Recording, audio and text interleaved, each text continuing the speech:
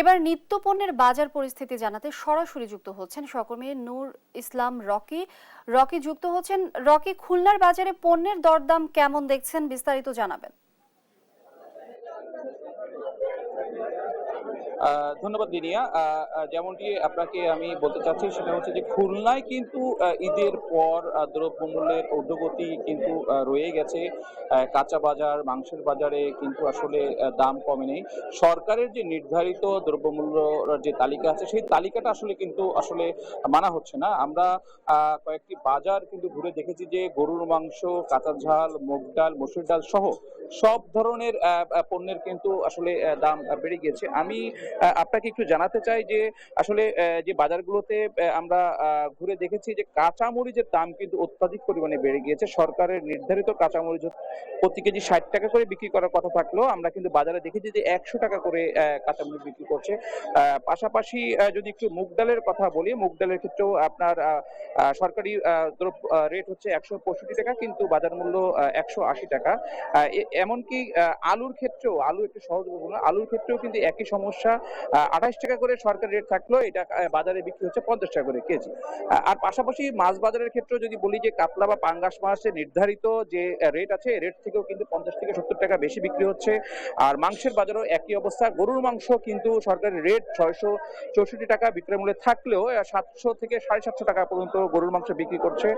পাশাপাশি ব্রয়লার মুরগির মাংস ৫০ থেকে ৭০ টাকা, সোনালী মুরগির মাংস ৫০ থেকে ৭০ টাকা বিক্রি করছে। তো সাধারণ ক্রেতারা আমাদেরকে যেটি জানিয়েছে যে আসলে এই প্রচন্ড গরমে বাজারের যে উত্তাপ, এটা আরেকটা নতুন একটা গরমের আবির্ভাব সৃষ্টি করছে। দ্রব্য মূল্যের দাম অনেক বেশি হয়েছে। আমরা কয়েকজন ক্রেতার সাথে কথা বলেছি, তারা যেটি আমাদেরকে জানিয়েছেন আসলে তাদের পাইকারি ভাবে বেশি দামে কেনার কারণেই কিন্তু বেশি দামে বিক্রি করতে হচ্ছে। এক্ষেত্রে আসলে সরকারের যে দ্রব্যমূল্য, নির্ধারিত দ্রব্যমূল্য, এটা কিন্তু আসলে নির্ধারণ করা যাচ্ছে না। আমরা একটু কথা বলবো যে এই ব্যবসায়ী যে এই সরকারের যে দ্রব্যমূল্য আছে, এই দ্রব্যমূল্য আপনারা আসলে না মেনে দেখছি অতিরিক্ত দামে মাংস বা সবজি বিক্রি করছেন। কেন করছেন একটু বলুন। পাইকারি বাজারে দাম বেশি। পাইকারি বাজারে ৪০ টাকার মাল ৪৫-৪৬ টাকা বিক্রি হচ্ছে। এই বাজারে বিক্রি হচ্ছে ৫০ টাকা কেজি। আলু আলু পাইকারি ৪৬-৪৫ টাকা কেজি। আর রসুন আজকের কত করে যাচ্ছে? ১৮০ টাকা কেজি রসুন আছে, ২০০ টাকা কেজি বিক্রি হচ্ছে। ঠিক আছে, আমরা আর একটু কথা বলবো একজন ক্রেতার সাথে যে এই যে দ্রব্যমূল্যের যে ঊর্ধ্বগতি, সেই ঊর্ধ্বগতির বিষয়ে আসলে তারা কি বলতে চাচ্ছে,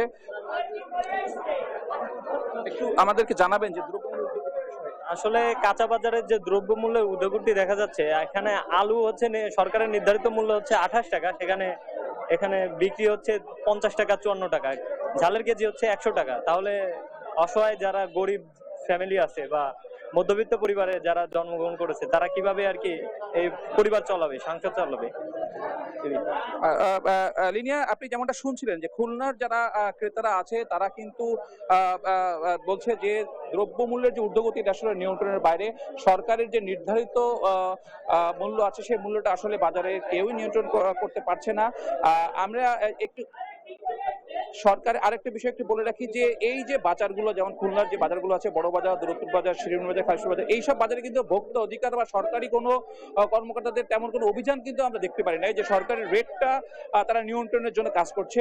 তারা আসে তাদের মতো করে বিভিন্ন প্রতিষ্ঠানে অভিযান করে, বাট সরকারি যে রেট, এই রেট তালিকাও কিন্তু আমরা বাজারগুলোতে দেখি নাই যে কোথাও। বেশিরভাগ দোকানগুলোতে কিন্তু সরকারি নির্ধারিত মূল্য রেট সাটানো নাই, যার কারণে ইচ্ছা মতো করে কিন্তু বিক্রেতাদের কাছ থেকে তারা তাদের দাম হাঁকিয়ে নিচ্ছে। লিনিয়া, খুলনা থেকে এটা ছিল দ্রব্যমূল্যের উপর সর্বশেষ তথ্য। রকি, ধন্যবাদ আপনাকে। দর্শক, খুলনা বাজার পরিস্থিতি জানাচ্ছিলেন সহকর্মী রকি।